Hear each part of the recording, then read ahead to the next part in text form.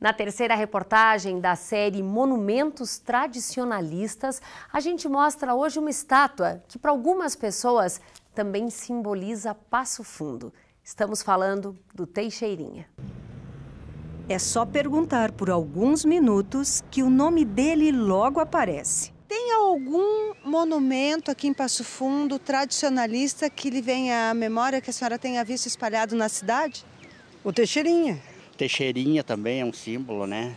Por que o Teixeirinha? Por causa das músicas do Teixeirinha, que é inesquecível. Ele nasceu em Rolante, mas adotou Passo Fundo como cidade do coração. É no canteiro central da Avenida Brasil, a principal da cidade, que foi colocada a estátua do cantor, que levou o nome de Passo Fundo em filme ou em música para além fronteiras. Seu Otaviano aproveita a sombra da pracinha. Ele não sabe cantar nenhuma música, mas sabe muito bem quem está representado na estátua. Eu conheço, ele já foi. Teixeirinha.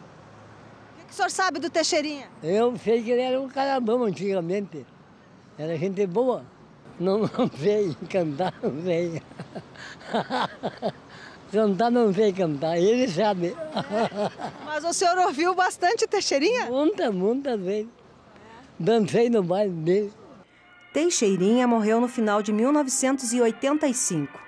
A partir dos anos 80, a movimentação em torno do tradicionalismo impulsionou a cidade como a mais gaúcha do Rio Grande do Sul. Em 1988, um projeto na Câmara de Vereadores propôs a construção do monumento. E em Passo Fundo vai surgir uma série de ações no final dos anos 80 que vão resultar na construção do Monumento ao Teixeirinha, que foi inaugurado em 91 e construído pelo artista plástico Paulo de Siqueira. Interessante observarmos que o Teixeirinha, o seu monumento, ele está usando uma bombacha.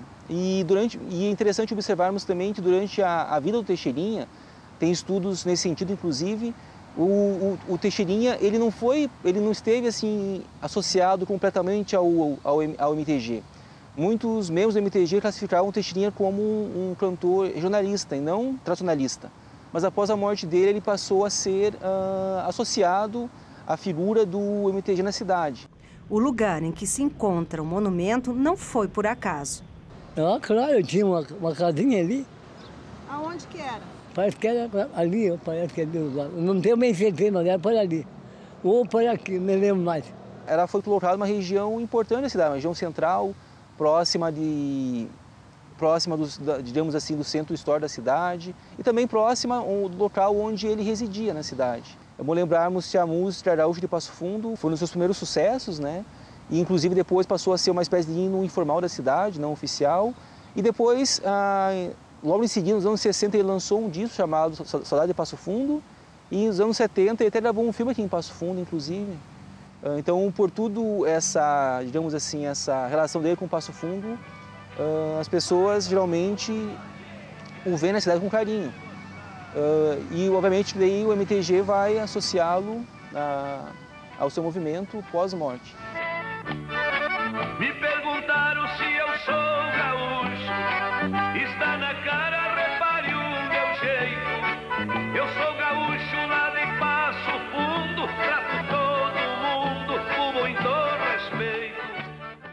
E agora a gente vai conhecer um pouquinho mais do músico que não cantava o tradicionalismo gaúcho, mas acabou representando o Rio Grande do Sul de uma forma que ninguém imaginava. Quem fala sobre o Teixeirinha agora é o historiador Francisco, da Universidade Federal de Santa Maria. Ele tem estudos que envolvem a interpretação histórica sobre a produção musical do artista. Esse cara é um verdadeiro especialista em Teixeirinha. O Teixeirinha começa a sua carreira artística como um cantor multifacetado.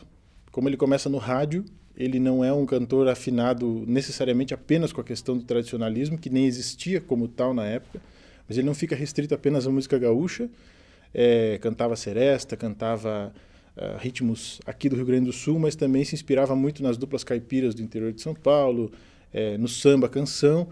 E assim desenvolveu a carreira dele. Mais ou menos metade da produção musical total que ele gravou não é de ritmos do Rio Grande do Sul e não é de temáticas do Rio Grande do Sul, embora uma outra metade, sim, é muito ligada a uma certa visão que se tem, ou que se tinha naquele momento, sobre o tradicionalismo.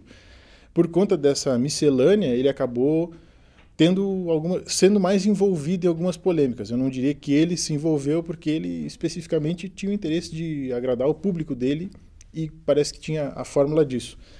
Essas polêmicas a gente pode situar, por exemplo, quando surge o nativismo no Rio Grande do Sul, no qual ele tentou, de certa forma, se inserir e foi rechaçado, e também na dinâmica dos CTGs. Embora alguns CTGs o acolhessem bem, dentre eles o CTG Lalau Miranda, aqui de Passo Fundo, em outros CTGs ele não era bem-vindo, fazendo um pouco a antessala do que depois a gente viveu com a chamada Che Music, aqui, uma música mais popular que os tradicionalistas mais tradicionais, por assim se dizer, diziam que não era uma representação do Rio Grande do Sul. O problema é que esse não representante do Rio Grande do Sul é o que mais representou, porque é o que mais longe chegou, então acaba sendo uma contradição nessa trajetória. O fato é que depois que o Teixeirinha morreu, ele acabou sendo bastante apropriado, então toda a linha de produtos que saem sobre ele, desde livros até a reedição dos seus filmes, os discos de coletânea, saem com uma nova visão do Teixeirinha, uma visão já muito ligada a essa questão das tradições gaúchas. Isso teve muita influência dos meios de comunicação, alguma influência do movimento tradicionalista, e hoje, praticamente, depois de 30 e poucos anos da sua morte, ele é visto como um representante do Rio Grande do Sul para todo o país, mas um representante muito ligado ao tradicionalismo, ainda que da raiz do tradicionalismo ele não seja assim considerado, né? Embora, só fazer uma ponderação importante, que os inventores do tradicionalismo, por assim dizer, situavam o Teixeirinha muito bem no espaço. Diziam que ele era uma música do gaúcho a pé, do gaúcho de pé no chão, digamos assim, esse gaúcho que tinha saído do campo para a cidade e que se identificava com uma cultura mais urbana, com essas questões mais ligadas à cidade mesmo.